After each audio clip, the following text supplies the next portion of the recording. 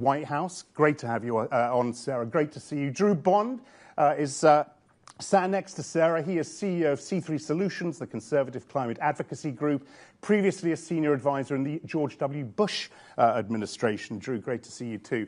Look, we've got plenty of time to have a nice, relaxed chit-chat here. How far apart are you guys really on climate? Is there a misconception about the distance apart? Because you clearly speak different language, but you clearly have the same goals. Go ahead, please. You go, Sarah. I actually don't think we're that far apart. We may have been further apart a few years ago when there was, and Drew and I, we've had these conversations for years, so it's convenient that we know a lot about what each other's think. But we could have been further apart a number of years ago. I think the fundamental thing that has changed is the real economy and the role of the type of solutions that we need to see to be able to bring down greenhouse gas emissions have actually become some of the mainstream solutions that all industry and players need to be able to do the things that they want to do anyway. And I think that has really been able to bring not just, you know, sort of liberals and conservatives together, but just more business communities together, coalitions together to really think about how to advance the type of things that they want to be doing anyway in their business. What do you think, Drew? I mean, what would you disagree on with Sarah fundamentally here about this? In fact, when we spoke on the phone last week, Drew, you said, and I quote this administration could be the best thing to happen to climate, you said. Yes. You really believe that? I do. Why is that? Not because they have decided to take climate on as their headline banner. In fact, as you know, President Trump has been very critical of climate and the climate agenda. I think the reality is that ultimately what we need is more energy that's more abundant, more affordable, and as clean as possible. And that has to, you know, be within the realm of what is actually practical. And so what's holding the U.S. economy back from being even cleaner, and it is already the cleanest in the world, but what's holding us back is not actually more spending on innovation, although we support spending on innovation. It's actually permitting. It's the legal framework, the regulatory structure that is holding back our ability to build more small modular nuclear reactors, geothermal, hydro, solar, you name it. I mean, which is critical, of course. Those conversations need to happen. Where, Sarah, do you think are the opportunities with this Congress and this administration to move the process forward? Is it realistic to think we can have those constructive conversations? Yeah, absolutely. I think that what we saw was in the first part of this administration, there was business to be done on the One Big Beautiful Bill, right? And a lot of that is quite remarkable that we kept a huge number of clean energy-oriented incentives from the Inflation Reduction Act in the context of that bill. And that was not necessarily the given sort of starting point for where we thought we might end up. And so it really does show that a lot of the investment that's gone into clean energy, all the way from solar and wind and batteries to things like clean hydrogen and CCUS and a whole bunch of other technologies, nuclear power, all of these things have some bipartisan support, and that bipartisan support showed up and was present in the outcome of the One Big Beautiful Bill Act. Now, I think Drew is absolutely correct. Sorry, we don't disagree. But the permitting reform is the next thing to get done. Both permitting reform and really taking a hard look at the electric power sector. We are, and I think the administration is right in this front, like we are in a position where we have an electricity crisis on our hands. Like we are going to stress the electric power grid in some pretty fundamental ways over the next few years. And it's very part and parcel of our national security that we make sure we address those issues. The Hill is trying to figure out what to do about that. It's very complex, obviously. It's both governed by the federal and state and local. But they're really trying hard, and it is a bipartisan agenda. It'll take some time, but I think that that's the possibility. That sounds pretty optimistic to me. Are you as optimistic in terms of the time frame of getting this done? I mean, and getting projects done. I mean, it takes a long time. What, 7, 8, 10 years? This needs to happen more quickly. It needs to happen way more quickly. I mean, the average time frame to deploy almost any technology, pick your favorite, is about 7 years. You know, I say 7 to 10 to none, never. So, you know, I mean, to give you, that's sort of the broader scale. But I mean, to give you a specific example, like on the micro scale, I've talked to a small rural electric cooperative, right? They serve rural customers in Colorado. They literally want to replace an old line with a new line, not rebuilding anything. And they've had an application sitting at the BLM since late 2023 for approval. Like that ought to be just an absolute yes, notify the agency, we're going to do it, and we do it. That ought to take a month, not never. Yeah. And when we're talking about small modular nuclear reactors or, all of the technologies, frankly, in the United States are the cleanest, safest forms of technology, period. And we know the environmental possibilities and the externalities. We know what can and can't go wrong. We've got a lot of experience building and operating power plants. So it shouldn't have to be, let's apply and wait 7 years and litigate and all of that. I want to talk a little bit about what's going on here. I mentioned right at the top there, record participation, lots of events. There is an energy here. There is an optimism. There are valid reasons to be optimistic. But at the same time, an hour from now, the president's going to speak at the UN. I wonder, let me ask you this straight up, actually, Sarah, with that old hat on of yours. Could the US go so far as to withdraw from the UNFCCC, and what would that mean for the treaty? I mean, it certainly could. It's an option that's been on the table. It is a logistically, complicated thing to do. I think the question is, what would the impact be for the UNFCCC and the rest of the world? And I think what we're seeing is, while people would probably find that problematic from the U.S. perspective, the U.S. has always played a big and important leadership role in those conversations. It is a robust ecosystem of countries and companies around the world that are organized not just around the thing that I spend my time working on, which is the energy sector, but on agriculture and nature and all of the things that go along with this climate agenda. All of that stuff is going really, it's a very robust ecosystem of people with actions and activities. And so I do think it would be problematic, both fundamentally for the United States, right? We should not take ourselves out of tables where we want to have a conversation. That's not really what we need to do. It's not what the Trump administration did the first time around. So I think that could be a mistake for the United States. I think the rest of the world would probably be able to make do with conversations. Okay. I guess at the same time, Drew, the US would, I imagine, would want to kind of keep a foot in so that it has some say over proceedings, whether we're talking about tariffs, pressure on targets, the fossil fuel piece. I imagine they want to keep a foot in. Yeah, I mean, I think as Sarah said, I think we want to be at the table. I think it's important for us, even if we disagree with the overall agenda. And, look, the United States we've reduced our emissions 20% in 20 years, and that has been as a result of either being in or out of the Paris Agreement. Frankly, I think the Paris Agreement is sort of null and void in relation to the actual impact. The reality is that we've reduced our emissions mainly because of natural gas and also innovations in things like solar and wind and hydro. So that's where I think that most of the agreement, frankly, that we find ourselves focused on is how do we just move technology faster, move it farther faster. And it's important to be at the table. I mean, I think, look, we were talking earlier, we've been at a couple of COP, meetings. I think in my mind, the jury's out as to how effective those are, but I think they're definitely important for building relationships internationally. And those international relationships are key not only for climate, but also for our geopolitical position. Yeah, I want to finish up with a couple of questions related to U.S. companies and how they operate in a context like this. The first question is, you have China and Brazil stepping up as the U.S. pulls back. I mean, I know there's disappointment over the EU targets as well. We're going to speak with Teresa Ribera a little bit later on in the show. How U.S. companies should position in that context. They need to be thinking a little bit more out, I would imagine. Out meaning in relation to those other countries? Correct, yeah. I mean, I think, listen, what is the good news and the bad news story on climate is that clean energy technologies and the future direction of the energy system is now central to how countries think about the future of their economy. And China has done an amazing job producing a lot of clean energy technology and dropping the cost of those things. But what you see from Brazil to the United States to the Europeans to all other countries in the world is that they want to have a share in actually producing those technologies and selling them to the world as well. And so now there's like a geopolitical angle, not just about the COP negotiations, but actually about the positions that countries are taking in this massive transformation of the global economy. Yeah. And it'll be the single largest capital formation in the history of the world, right? So they should. I think this is how companies are starting to think in the midst of this, in the midst of tariffs, in the midst of control over local resourcing for the technologies you bring into your country. They need to be able to adjust in a very dynamic world. A similar final question to you, Drew. One piece of advice for the CEO of a Fortune 500 company trying to navigate climate strategy in this context, what would it be? Yeah, I mean, I think they have to focus on capital formation and supply chains and supply chain security.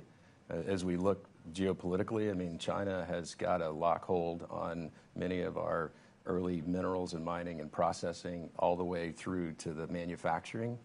So that's where I think we've got to be very smart about where we invest, who we invest with. We need to find more allies and strengthen our allies because, I mean, frankly, China, I mean, this is not news. China has been at this game for year after year after year, and their 5-year strategic plans for the last 20 years saying, we're going to own these supply chains, we're going to command the world's respect. Yeah. And so we've got to fight back on that. We fight back through economic reasons and ways by investing. Drew, Sarah, thank you so much for kicking off our show this morning. It's really been a fascinating discussion. Thanks very much to both of you. Now, one of the big questions 10 years on from the Paris Agreement, which of course set the 1.5-degree target for countries, is who's now driving the climate change agenda? We touched on it a little bit in that discussion. A decade ago, it seemed very much to be the policymakers. But where is climate leadership coming from now? Just before Climate Week started, I caught up with Christiana Figueres, one of the architects, of course, of Paris, and asked her who she thinks is now driving this process forward. It's a very interesting question because we are seeing an inversion of where we were 10 years ago. 10 years ago, there's no doubt the governments were pulling forward and defining what the direction was and being supported and pushed by the real economy. The technologies of solution, all of the clean tech technologies have now advanced so much that the real economy, the market forces are now in the position of being the pull force toward decarbonization. Governments, of course, continue. They have a role to play, but they're no longer pulling forward. They're now supporting and pushing. So a complete inversion of the push and pull forces.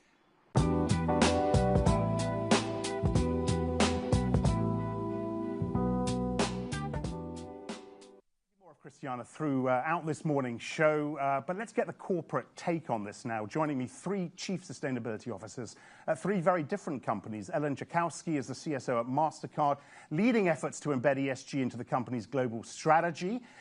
Next to her, actually not next to her, at the end is Marissa Drew, CSO at Standard Chartered, a veteran of global finance, now steering sustainability across emerging markets.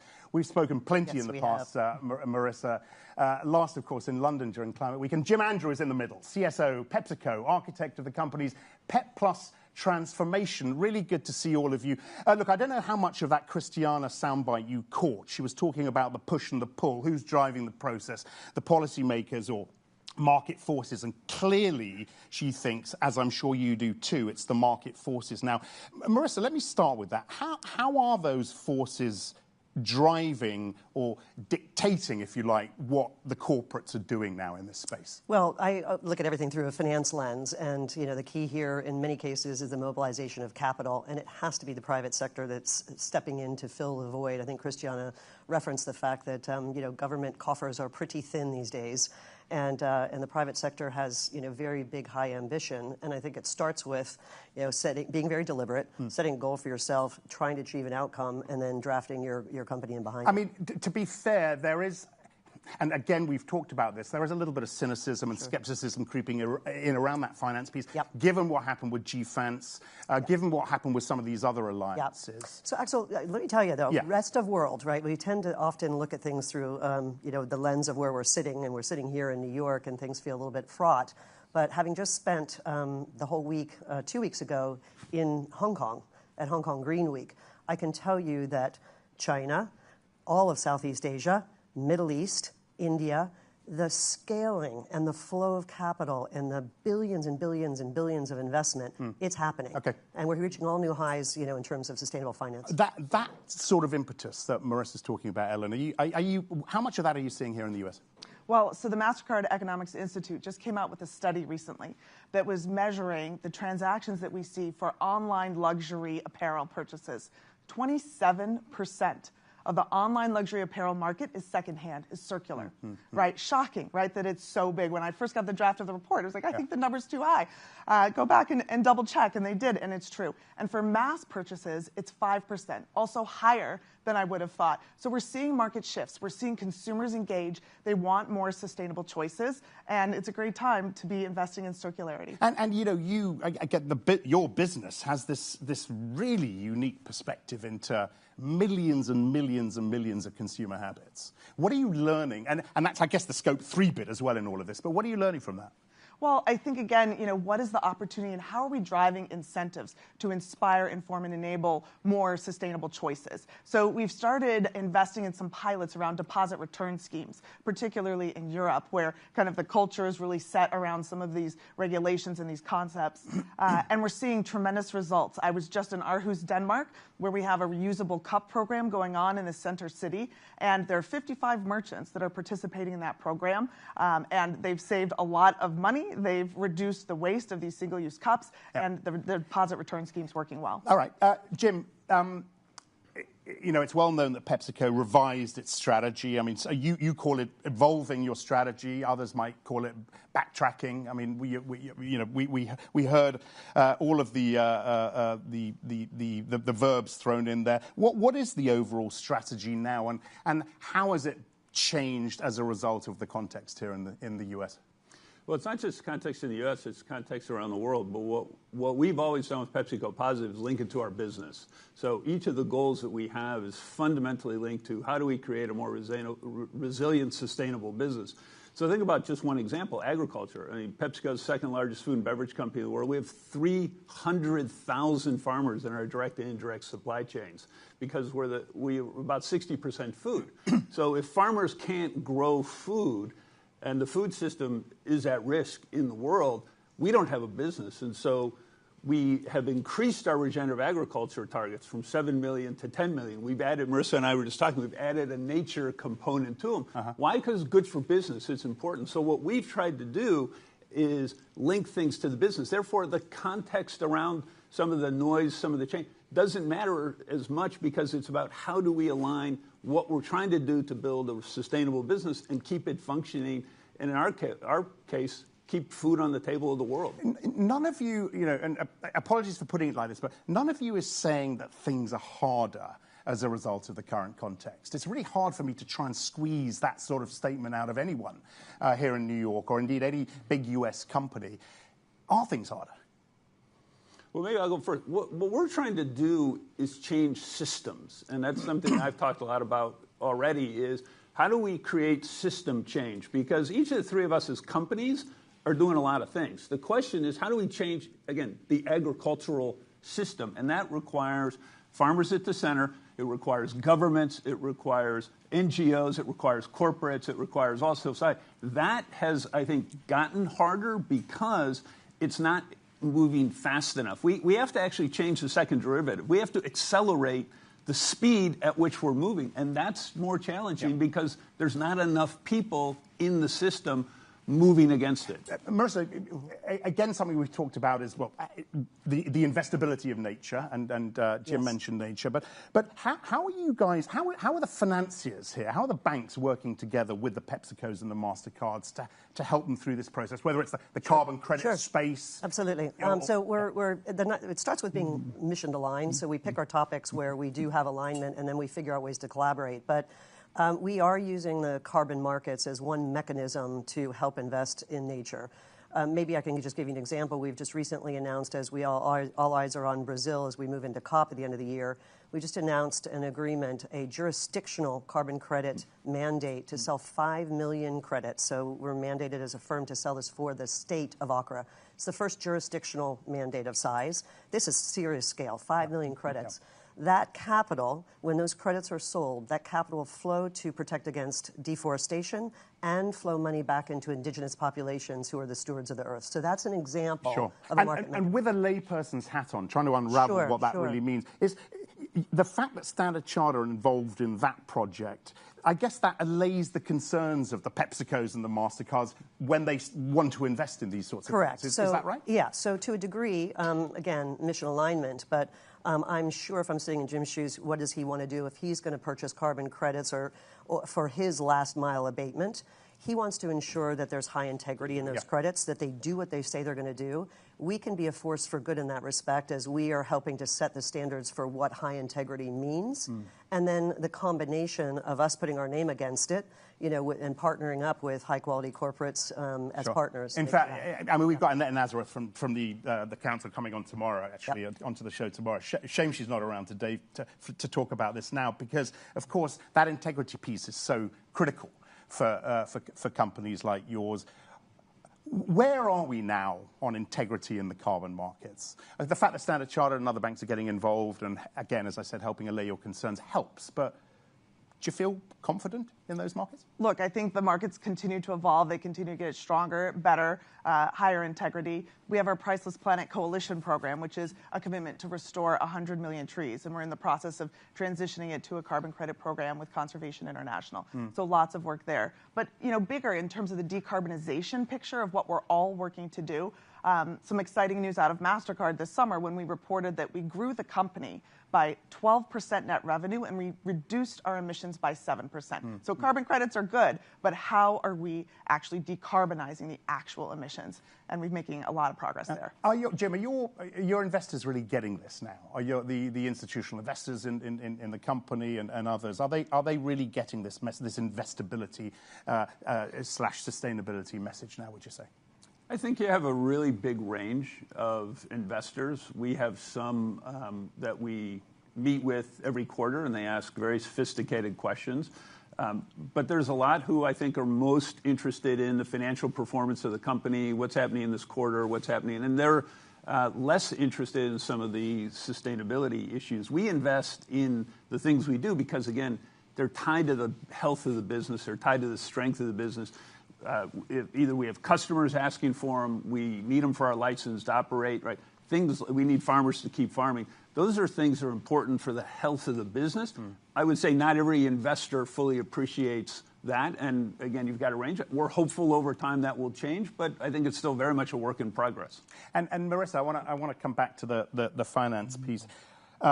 We've spoken to Bill a lot, Bill Winters, the CEO at Standard Chartered, a lot about this and the work that you do and the projects you have in developing markets. Yes. How's all that going? And are investors here and in Dubai and in Sharm and in Glasgow, are they understanding the urgency and the need properly now of this? So, again, I think Jim said, you have a broad swath. But back to the investor question, when we look at our investor base, our shareholders in Standard Chartered Bank, which is a proxy for do they understand it and do they care and are they supportive, we've had a wonderful stock reset. I can't claim it's all because of sustainability, but one of our hallmarks was we reached $982 million of sustainable finance income. This isn't, this is income that we produced last year. It was a year ahead of a target that we had to do $1 billion by the end of this year. And the returns on that sustainable finance are higher than the average of our overall bank. Yeah. So what we're communicating to our investors is, as Jim says, really good business, but by the way, we're delivering great outcomes. So then when you go to our markets and you touch it and you feel it on the ground, you can see the impact that we're making, that connection with our communities, our regulators, the stakeholders. You know, it's tangible. It's absolutely something that they understand. Really, really cheeky question to finish up, and it's got to be really brief, the answer from each of you if possible. And this is about New York Climate Week. Do you feel you have to be here this week? Do you feel you have to be seen here, or are you going to leave with something achieved? Yeah, I think I want to be here, right? Everybody's here. The conversation is here. But you want to be here because you want to achieve something. I want to achieve something. I'm looking for new partnerships. We're looking to enable more circularity. So, I mean, Jim and I were just talking about reusable cups and this deposit return scheme. And how can we partner? Jim's got some great pilots already happening in some stadiums around the U.S. and we'd like to be a part of that. Okay. So this is why we're here. Okay. Same question to you. I imagine we're going to get the same answer as well. I want to be here. We want to be here because it's about doing, and this is a target-rich environment. Everybody's here within 10 blocks in any direction. You can meet with anybody you need to. The three of us have already had business conversations standing out in the hallway. That doesn't happen when we're spread around the globe. Critically important, great opportunity. You got to make it happen. It's a 24-hour full contact sport.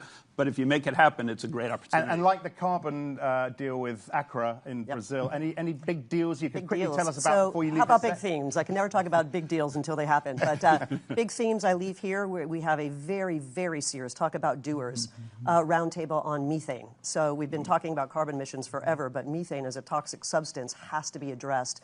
And the people who are going to be in the room at this roundtable range from big oil all the way through to, what I would call the sort of midstream players, all figuring out how do we set some standards and sign on to partnerships and pledges. And on the financing side, we can actually say that this is good business to capture all of that that's going in the atmosphere. And actually, by doing that, you save the company's money. So that's just one example. Another big topic is adaptation finance. We got to get this on the stage as the effects of climate change are hitting. We need private capital to flow, and we're crowding in so many people on that topic, too. So these are the sorts of things that we're rolling up our sleeves getting into. Well, look, I wish you the best of luck. We'll be watching, and hopefully see you all in Brazil as well. All right, so to Ellen, to Jim and Marissa, thank you very much indeed for coming in. Hope you have a fruitful week this week. Right, plenty to come. She's covered climate change from the streets of New Delhi to the shores of the Caribbean. Katy Daigle is Reuters climate editor. She cuts through greenwashing, decodes policy, spotlights the stories that matter most. Also coming up, the most influential European voice on climate change, and 2 climate leaders optimistic about what's to come despite the headwinds. All of that is coming up.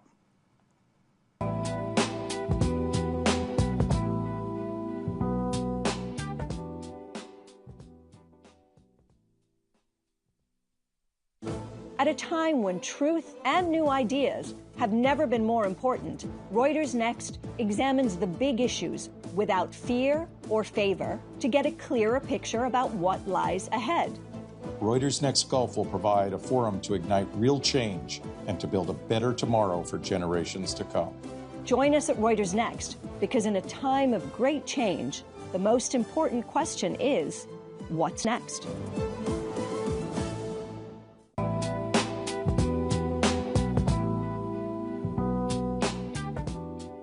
Welcome back, everyone. Katy Daigle is our environment and our climate editor and joins me for Katy's Corner. You've got your own patch here, Katy, which is very exciting. Let me start by asking you whether there's been any big news for you out of this event so far. I mean, I know it's only been going a couple of days, but what's excited you most? What's interesting this year so far is the messaging is very positive. I mean, the guests you've had today have been talking about the energy transition underway, including decarbonization. And this messaging right now toward reassuring the world that we are still on mission, it's coming at a good time for the world. People are scared. Warming is speeding up. We are, of course, waiting for news tomorrow, which is when the governments will be announcing their new climate pledges. And it looks like, sorry to interrupt. Yeah. Yes, that's of course because that's the day at the General Assembly the climate piece sits in that. It looks like we're going to be a little bit disappointed. We've got Teresa Ribera coming up on the show. Murmurings are that it's going to be anemic. What are you hearing? Similar. It's very much a wait and see, but this is the tough part of the energy transition. It's messy. A lot of governments are struggling to reach agreement within, amongst themselves about what to do. Energy security is a big concern, and this is sort of the inflection point we're in, the energy transition. Right? It can be true that we're going gangbusters with renewables at the same time that we're squeamish about getting rid of fossil fuels. Both can be true at the same time. You and I have talked about this before. Climate, when things were really bad on the multilateral sort of stage, the sort of the global collaboration and discussion, climate used to be a bit of a bright spot, didn't it? It doesn't look like it's that bright spot anymore. It seems to me that Europe is going its way, China's going its way, the BRICS are going their way, the US is clearly going its way. Is multilateralism dead in this space as well? It's hard to say. When the UNFCCC was signed, it was, fun fact, the first treaty that was signed by nearly all governments in the world. That was a showcase in multilateralism. And since then, the treaty has helped governments achieve quite a lot of progress in terms of moving money toward climate projects, getting the decarbonization agenda on the table, moving renewable energy. But it's tricky. And now we're seeing As Teresa had said, and Christiana, that the driving force is not so much the governments and policy, it's the real economy. Yeah. It's the companies that are facing, they're facing a need to change. When you hear PepsiCo and MasterCard and Standard Chartered and other corporates, speak to us and in an incredibly bullish way about what's going on, what do you feel about that? Is there, I ask this delicately, but how much greenwashing is still going on, and where is that seen most by a reporter and your team? It's not so much greenwashing. I mean, when we talk about the word greenwashing, there seems to be a sort of sinister thought behind it. It's, sometimes there might be some omission, right, which you can say is good or bad. Obviously, companies are going to be showcasing their good works more than the things they're struggling with. There's a lot more that companies could be doing, as well as governments, as well as each of us individually. But what is clear is that companies are very concerned about their viability in the future. And that's not going away. No. Do you feel, just to finish up with, do you feel as a journalist, one of your responsibilities is to hold the corporates and the financial institutions accountable for their climate claims? Is that a big part of what you do, and how good are we at that? It's really tough. The news is moving very fast. And so just by virtue of trying to, we can't cover everything all at once. That said, we live for, us journalists live for holding, holding truth to account, making sure that people, citizens, have the information they need to make rational decisions about their society and their future. Where we start to run into trouble is when we're looked at for offering the prescription, right? Is it our role to advise people on what they should do with their investment? Is it our role to say this is a good policy or a bad? And that's where there's a sort of a range of feelings. There's a lot more activism in some areas of journalism. Other areas want to play it, straight down the line. Or it is just very, very much straight down the line. We want to hold a mirror up to the world and really help everyone kind of see what's coming. Well, look, Katy, it's been great. I'm really excited. I know you've got to rush off and you've got lots to do, but I'm really excited. You're going to come back onto the show, maybe later today, hopefully tomorrow. I want to find out who you've been talking to, what we should be watching. But, Katy, thank you very much indeed. Right, coming up in just a moment, one of Europe's most influential voices on climate and energy. From the Green Deal to energy security, what is next for Europe's climate ambitions? And can Europe and other countries stand by their bold emissions-cutting promises in time for COP30 in Brazil? First, though, back quickly to Christiana Figueras. We've talked a lot about her already today. I asked her how important big proclamations will be at this COP.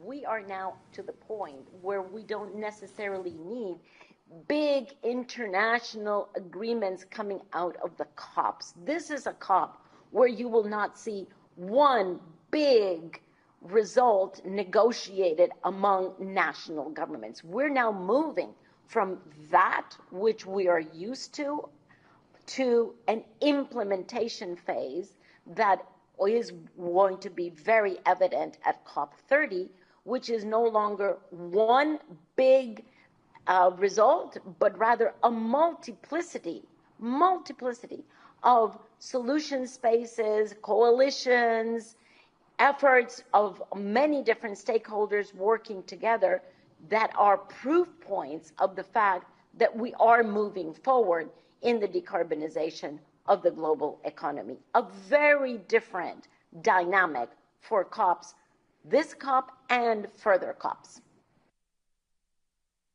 To talk about that and to talk about plenty more is Teresa Ribera, Executive Vice President of the European Commission for a clean, just and competitive transition, and of course a driving force behind the European Green Deal. Very nice to see you. Thank you so much for coming on to our show here at Reuters.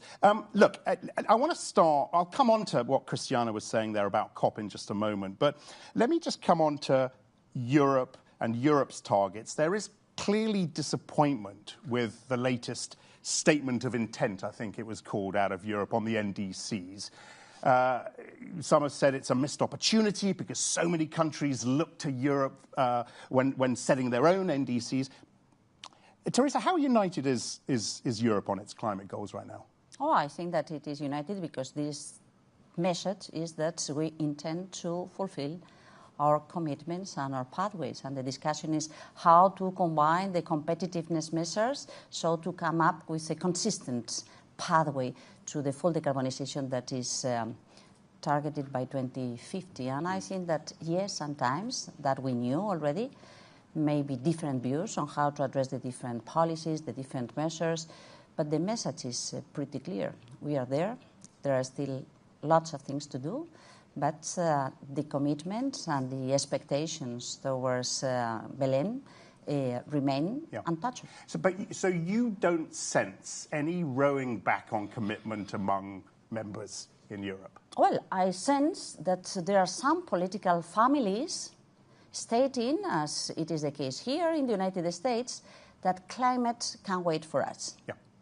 And I'm convinced that this is such a big mistake, but not only for climate reasons. Of course, it is a big mistake. Yeah. Not only for social reasons. Of course, it impacts people. For economic reasons, it's just madness. It's committing suicide. But you just put Europe in the same sort of breath as the US in this space. You know, a few years ago, we were proudly holding up Europe and China and the BRICS as the trendsetters and the pace setters. Do you not feel like that anymore? Yes, I think that we can feel this way. Of course, we have done things that allow us to say that we are very well positioned to overdo in our targets by 2030. We are combining things that will come up so to ensure that we will get as much as possible by 2035, knowing that we are in the middle of this energy transition, that much needs to be done still in Europe, but that the identification of industrial success with the deep decarbonization coming up with the companies is already there. And I think that it is normal that once the low-hanging fruit are already there, we enter into a new phase where we need to assess, because it is a little bit more difficult, it is a little bit more demanding, but yes, we are committed to keep on doing. I asked Sarah Ladislaw earlier, who's now RMI, worked for Joe Biden, whether she thought there was a chance the US might pull out of the UNFCCC treaty. Do you think there is a chance that they will? And what would that mean for the treaty? How damaging would it be for the treaty? I think it could be terrible news for the humankind. I think that we need to work together. I think that this is a product of the joint efforts being developed by the whole international community, including the United States. I think that the Paris Agreement responds to these expectations of how we can build on our own premises the best way to achieve the goals. And I think that that could mean that the United States accepts being isolated when compared to the relations to the rest of the world. Given what we've seen so far with Paris, is this likely to happen? It is quite shocking to see that a country that has been respected, the House of Freedoms, liberties, rights, improvements, cooperation, technology breakthroughs, decides a kind of suicide. So to be isolated, to forget about the rest of the world, and of course this means leaving the space for the others. And of course there are others that could be delighted to fill in this space. So it is quite shocking, but my main message in this concrete point is that we hear with great expectation and hope all those saying that America is all in, and that mayors, business communities, governors know that they need to bet in the future instead of burning fossil fuels. And I'm glad you raised that, actually, because tomorrow's show, we've got a bunch of mayors coming on. We have the AG of California coming on. So we are going to talk about that influence at the subnational level, which is clearly critical. Let me ask you, Teresa, China is clearly a massively important player in this space. Brazil. Who are you talking to here in New York over the next couple of days? Tomorrow is a big day, of course, for climate. Have you got any bilaterals set up? I'm not certain that you're going to tell me, but who is Europe meeting with here to try and move this process forward? I have got several meetings, and I will still have different meetings, but let me come back to China, because you mentioned China. I was to China to beginning of July, and we came up with a very relevant statement being signed by the leaders of the European Union and China, saying loud and clear that we commit to keep on doing as much as possible according the Paris Agreement rules, because we understand that climate action is critical not only for multilateralism but also for our own societies and our own economies. Yeah. China is changing the way they consider their position in the international context. We consider that we cannot rely on something that we do not produce as fossil fuels. So I think that this shows to what extent, if we manage to remain united, well, a pity that a big country as the United States decides to leave, but the rest will keep on doing. Quickly running out of time, but you mentioned the meeting with China in July. How harmonious are those discussions? Because we talk about multilateralism, and it used to be the bright spot in this climate space, and we wonder now whether it still is, and that there is a lot of falling out happening. How is the collaboration with China, with Brazil, with the others? Of course, we are all different, and we are entering into a kind of multipolar world. And there are things where we agree and things where we do not agree. But climate action is a market driver. It's a financial driver. It is a technology driver. And we all agree that it is also a driver for peace or war, for suffer or prosperity. Yeah. And there we can find ourselves in the same place. And just very quickly, Europe's NDCs will be laid out by the time COP happens, yes? I hope so. I think. Sorry. No, go ahead. I think that it will be solved in the coming weeks. So I think that we will be in a position to be taken into consideration. Well, I look forward to speaking to you in Belém about that. Teresa, thank you very much. And I know you were part of the opening ceremony yesterday, and I'm just going to throw to a few other bits and pieces at the opening ceremony. Lots of voices, actors, politicians, Mr. Steele, of course, of the UNFCCC. This is what they had to say. The public's already there. But it's a fear of this paradigm that we're living in, where we have a president who's denying climate change, and we have a fossil fuel industry that's just completely gone off the rails with lies and throwing money at this issue and fear. But if there's nothing else that this moment requires from any of us, is to drop our fear and to speak up and speak about what we know is true. My most important message today is don't believe the doomsters and the gloomsters and the naysayers who say the world is somehow moving away from climate action and clean energy. It's not the case. The complexities of getting them to agree based on a consensus-based process is difficult, but it is delivering. What COP30 presents us with an opportunity to do is, first of all, removing this preconception that every COP must deliver everything. I think those are expectations that we set that aren't the most helpful. So a few of the voices that we heard yesterday at the opening ceremony. Now, to wrap up today's show, we hear from two people who bring deep insight into what's working and what's not, and what's next for business in the climate transition. Peter Backer is president of the World Business Council for Sustainable Development, a global coalition of CEOs committed to building a net zero, nature-positive economy. Good to see you again, Peter. And Mindy Luber is president of sustainability non-profit Ceres, spent decades mobilizing investors and corporate leaders to align capital with climate action. I guess, I've reached that point where a show like this isn't really a show like this unless Mindy Luber is on it, actually. and the same goes for you as well, Peter. And look, I read your Forbes piece recently, and I've seen a piece you did, I think, for Reuters. You're both surprisingly optimistic. Is this try to keep a straight backbone despite all the headwinds being thrown at you? There's no question. Let's start with it is a more difficult time than it was last year or the year before that. That said, what I am seeing every single day in the private sector is good news. No, they don't want to raise their hand and do big public campaigns. There's some pressure on private sector leaders. But in fact, behind closed doors within their corporations, they are staying the course. They are setting goals and meeting those goals. Many are supporting policy. We're seeing a rise in renewable energy, unlike anything else. And so the fundamentals are still there.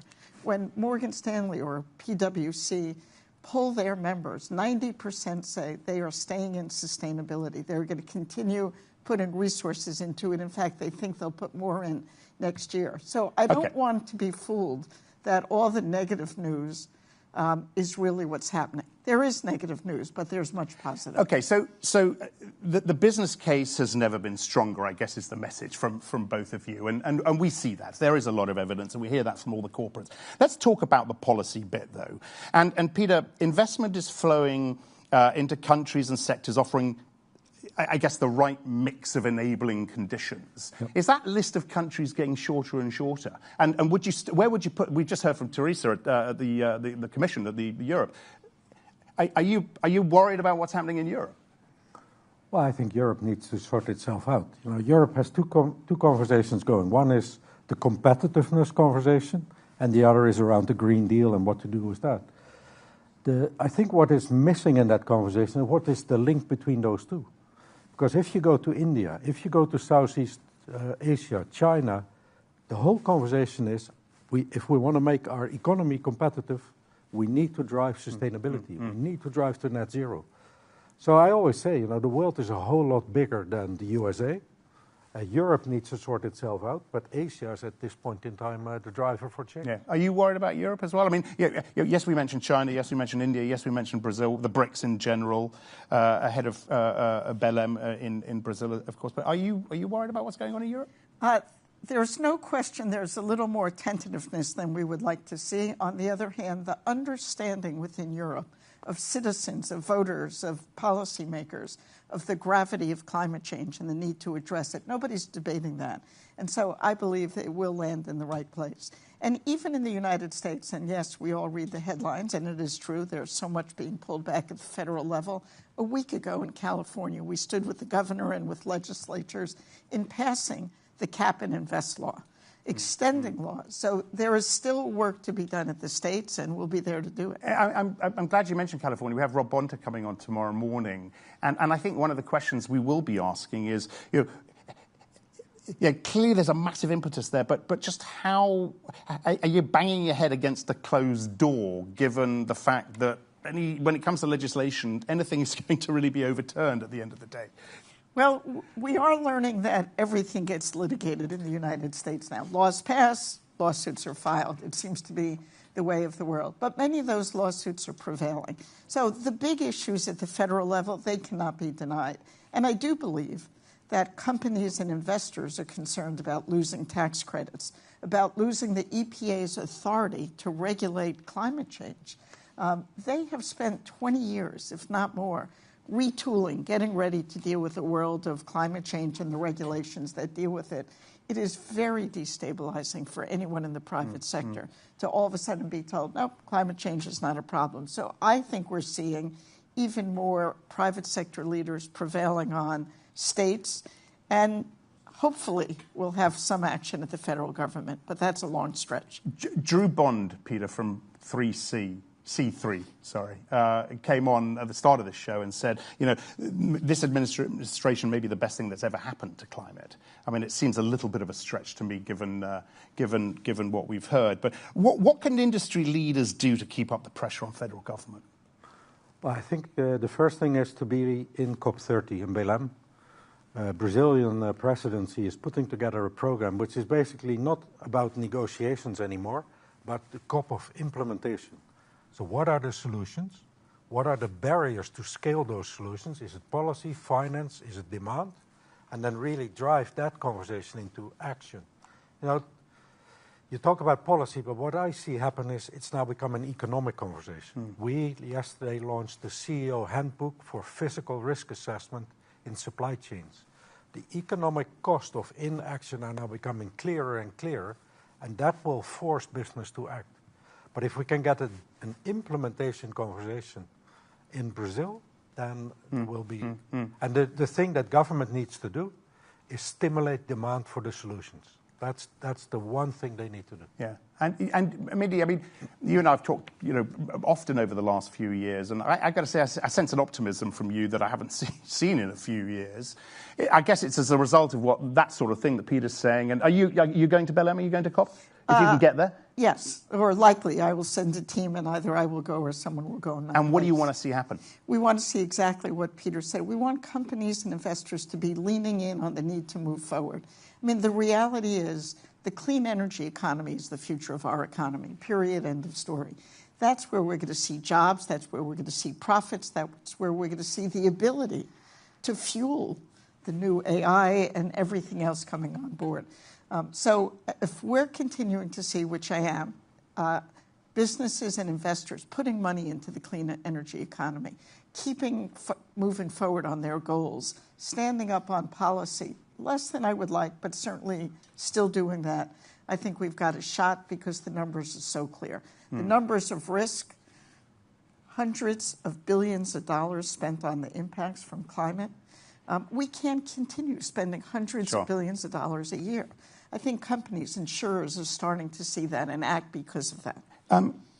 I'm going to have to finish it there, Mindy and Peter, but thank you very much for coming in. But just stay there for a second, because I do want to play one more soundbite from Christiana Figueres, and it talks to the logistics and the difficulty of the COP happening in Belém. But it was actually quite interesting what she had to say, because of course there has been so much debate, so much hand-wringing, so much criticism over the decision to host the meeting in Belém. Tough to reach, tough to find affordable accommodation, and as a result, tough for many to attend. This is what Christiana said about it. It's a tough location. It is an important symbolic location to be in the Amazon. Let us remember the importance of the Amazon to our global environmental stability. So they have chosen to locate this for symbolic reasons, very important symbolic reasons, in Belém. That does mean that the logistics are difficult, challenging. They are working on those challenges, and they have definitely improved in many different respects with regard to accommodation and prices, and they are continuing to do so. But one has to ask, what is more important? Is it about ease of logistics, or is it about sending the right messages? So I'm going to leave everyone with that question. Mindy and Peter, thank you very much for joining us. We're going to pick all of this up again tomorrow morning. Our focus tomorrow will be on leadership at the subnational level. As I just said, Rob Bonta, California's Attorney General, will join us, as will several city mayors. We'll talk carbon credits and the importance of transparency and integrity in that market with Annette Nazareth. And we'll be joined by investors and tech companies striving to drive climate ambition. It'll be an exciting show. Do join us at 8:30 tomorrow.